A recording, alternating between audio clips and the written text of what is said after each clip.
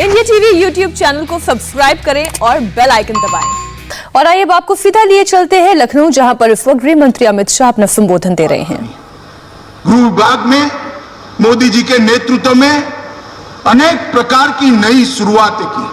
वैसे तो कानून और व्यवस्था राज्यों का विषय है, मगर केंद्र कुछ ऐसे इनिशिएटिव ले रहा है जिससे समग्र देश की कानून और व्यवस्था की स्थिति को मजबूती प्रदान हो।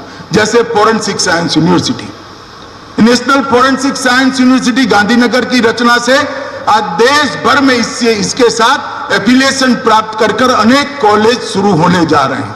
मुझे विश्वास है 2024 के पहले देश के आधे राज्यों के अंदर फॉरेंसिक साइंस कॉलेज की शुरुआत हो गई होगी। और मित्रों, दो सिद्धि का प्रमाण हमारे देश में बहुत नीचा है। कई देश ऐसे हैं, इजराइल जैसे देश इसको 90% तक ले गए हैं। कई देश ऐसे 80%, 70% जो कानून की शिकंजे में आते हैं उनका दोष सिद्ध कर पाते हैं, मगर भारत इसमें पीछे है। इसका मुख्य कारण प्रोफेशनल शिक्षा का अभाव है। और फॉरेंसिक साइंस यूनिवर्सिटी वैज्ञानिक आधारों पर गुनहगारों को दोष सिद्धि में न्यायपालिका को मदद करेगी। और मुझे विश्वास है इससे सजा दिलाने का दर तो केवल बढ़ेगा ही।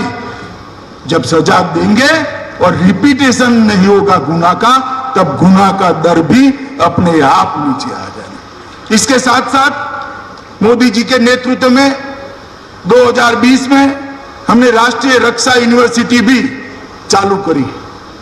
और ये राष्ट्रीय रक्षा यूनिवर्सिटी भी देश भर में अपने संबंध कॉलेजों को आगे कोर्स को बढ़ाने का काम करेगी, जिससे हमें ट्रेन मैन पावर मिलेगा। आज पुलिसिंग जो 20 साल पहले कल्पना थी वहां तक सीमित नहीं रहा। जाली note, narcotics, narco terror, terrorism, cyber अपराध, आर्थिक अपराध, हथियारों की तस्करी, गौ तस्करी, अनेक प्रकार के अपराध ऐसे आ गए हैं जिनके सामने लड़ने के लिए देश के पुलिस बल को सज्ज करने की जरूरत है। और उसी को दृष्टिगत रखते हुए ये नेशनल फॉरेंसिक साइंस यूनिवर्सिटी और राष्ट्रीय रक्षा यूनिवर्सिटी की स्थापना देश के प्रधानमंत्री नरेंद्र मोदी के प्रेरणा से गृह विभाग ने करी है। और मैं मानता हूं कि इसी के साथ अगर यहां से एक ट्रेन मानव बल प्राप्त होगा तो वो दिन दूर नहीं है कि हर जिले में उत्तर प्रदेश के एक मोबाइल फॉरेंसिक वाहन हम उपलब्ध करा पाएंगे और रीजनल एफएसएल के सेंटर भी बना पाएंगे। और उसके बाद 6 साल के ज्यादा जिसमें सजा का प्रावधान है, ऐसे हर गुनाह में एफएसएल को कंपलसरी कर दो सिद्धि का प्रमाण हम आगे बढ़ाने का प्रयास करेंगे। मैं कई बार कहता हूं, पुलिस दो ही कारणों से बदनाम होती है, एक नो एक्शन और दूसरा एक्सट्रीम एक्शन। नो एक्शन भी ठीक नहीं है, अकर्मण्यता कानून और व्यवस्था को ठीक नहीं कर सकती, और एक्सट्रीम एक्शन भी ठीक नहीं है क्योंकि वो उसकी प्रतिक्रियाएं निर्माण करता है। तो नो एक्शन और एक्सट्रीम एक्शन से निकलकर जस्ट एक्शन की दिशा में, एक स्वाभाविक प्रतिक्रिया की दिशा में पुलिस आगे बढ़े, इसके लिए ये दोनों यूनिवर्सिटियां बहुत बड़ा काम करेगी। मित्रों, आज मैं यहां पर आया हूं तब इतना जरूर कहना चाहता हूं कि उत्तर प्रदेश के अंदर मैं अखबारों को पढ़ता रहता हूं। अनेक प्रकार के इधर उधर के बयान आते हैं और चुनाव आने के बाद एक्टिव होने वाले राजनीतिक नेताओं की संख्या सबसे ज्यादा उत्तर प्रदेश में है। बाढ़ आती है तो दिखाई नहीं पड़ते हैं, कोरोना आता है तो दिखाई नहीं पड़ते हैं। जब किसानों का अनाज आप खरीद नहीं रहे थे, किसान भूख से मर रहा था, दिखाई नहीं पड़ते। किसानों के ऋण माफ करने थे, आप मौज मस्ती में व्यस्त थे। किसानों को परेशान किया जाता था, ऋण प्राप्त नहीं होता था, आप मौज मस्ती में।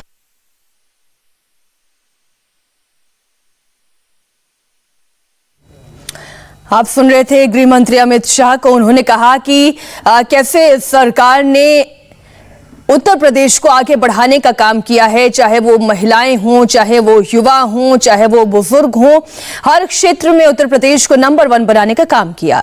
योजना आपको ध्यान में नहीं आई, घर में मेरा तक बिजली पहुंचाने का याद नहीं आया, सड़क के मारे महिलाएं शौचालय के बगैर सड़क के मारे परेशानी देख रही थी, आपको कुछ याद नहीं आया। उत्तर प्रदेश के लोग घर के बगैर झोंपड़ियों में कच्ची झोंपड़ियों में रह रहे थे, आपको कुछ याद नहीं आया। उत्तर प्रदेश के अंदर माताएं चूल्हा भूनकर अंधारे को इनवाइट करती थी, आमंत्रित करती थी, आपको गैस देने की सूझ नहीं आई, और चुनाव आते हैं तब नए कपड़े पहनकर आता है। उत्तर प्रदेश के चप्पे चप्पे में घुमा हूं। 2013 से 2019 तक उत्तर प्रदेश का मैंने दौरा किया है। मैं उत्तर प्रदेश की जनता को जानता हूं। हमने जो 2017 में वादे किए थे, सारे के सारे वादे पूरे कर उत्तर प्रदेश की जनता का आशीर्वाद लेने के लिए हम आए हैं। और जो सपने देख रहे हैं उनको मैं कहना चाहता हूं कि भैया फिर से एक बार करारी हार का मन बना लो। यहां भारतीय जनता पार्टी की प्रचंड बहुमत से सरकार होगी, क्योंकि उत्तर प्रदेश ने दंगा मुक्त उत्तर प्रदेश की कल्पना ही नहीं की थी।